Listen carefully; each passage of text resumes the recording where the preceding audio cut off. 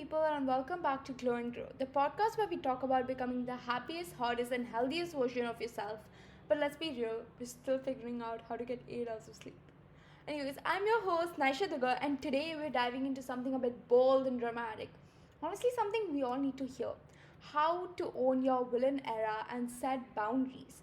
Now, before you jump into conclusions, let me clarify: being the villain here doesn't mean being cruel or selfish. I'm not talking about turning into Maleficent, cackling while turning into a dragon and casting evil spells. It's more like setting boundaries, saying no without feeling like you're about to be thrown into an evil lair.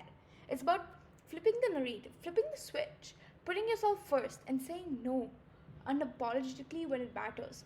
I will be sharing 5 steps that help me take control, set real boundaries, and stop letting others walk all over me.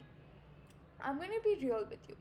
These 5 steps didn't just come from a self help book that I've read of someone else's advice, they came from real life experiences. For me, it started with saying no and distancing myself from people who were draining my energy, leaving me feeling burnt out, criticizing me all the time, and making me feel unappreciated. When I started putting myself first, I realized how much space I had to grow, how much more clarity I had in life.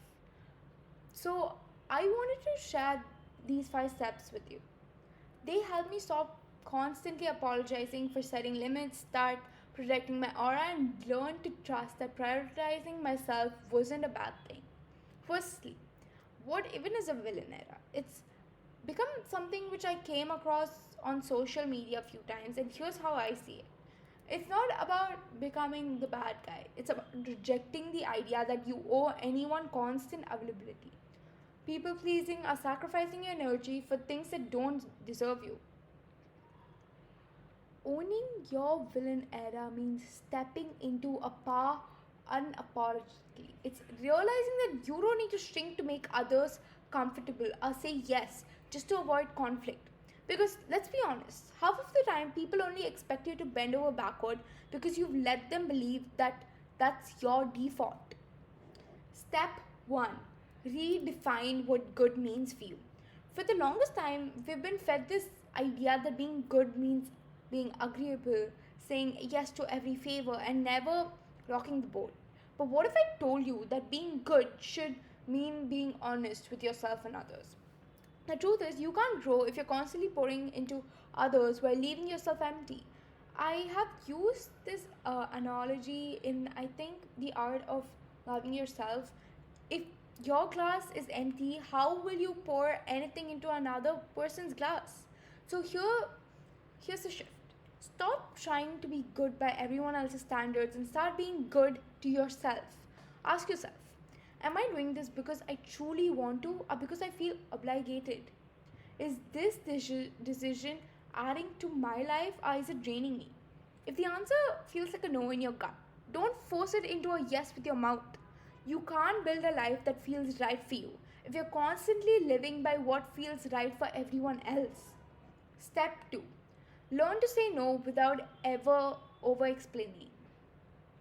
Let's talk boundaries because this is where most of us struggle. I know it can feel awkward or even guilt tripping to tell someone no. But here's the thing: you don't owe anyone an essay on why you're choosing yourself. You just gotta be clear and be firm. Like, I can't do that. Thanks for understanding.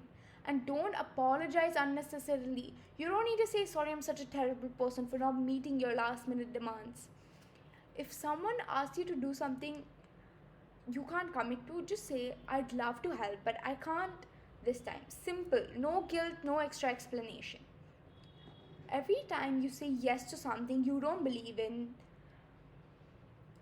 something you don't want to do, you're saying no to the version of yourself you're meant to become and something else that might serve you better, whether that's your time, your energy, or your goals. Step 3: embrace the fallout without losing sleep.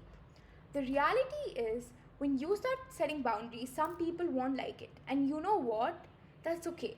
Those people have benefited you from you having none. One of the hardest parts of owning your villain era is dealing with the reaction. Every action has a reaction. So you might lose a few people along the way. But let me tell you something. It's better to lose people who can't respect your boundaries than to lose yourself trying to please them. The moment you stop watering dead plants, you realize how much energy you've been wasting on things that were never going to grow. Step 4. Set boundaries without being cold. Here's a myth that I want to bust. Setting boundaries doesn't mean you have to be rude or unkind. You can have boundaries and still be a warm, compassionate person.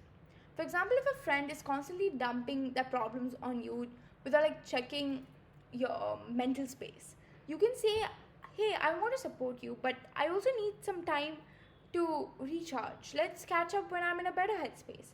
Or if someone keeps asking for last minute favors, let them know, "I need more notice to help out, but I appreciate you thinking of me." It's more like being a villain with a smile on, but for a good cause. It's about protecting your peace and maintaining respect in your relationships.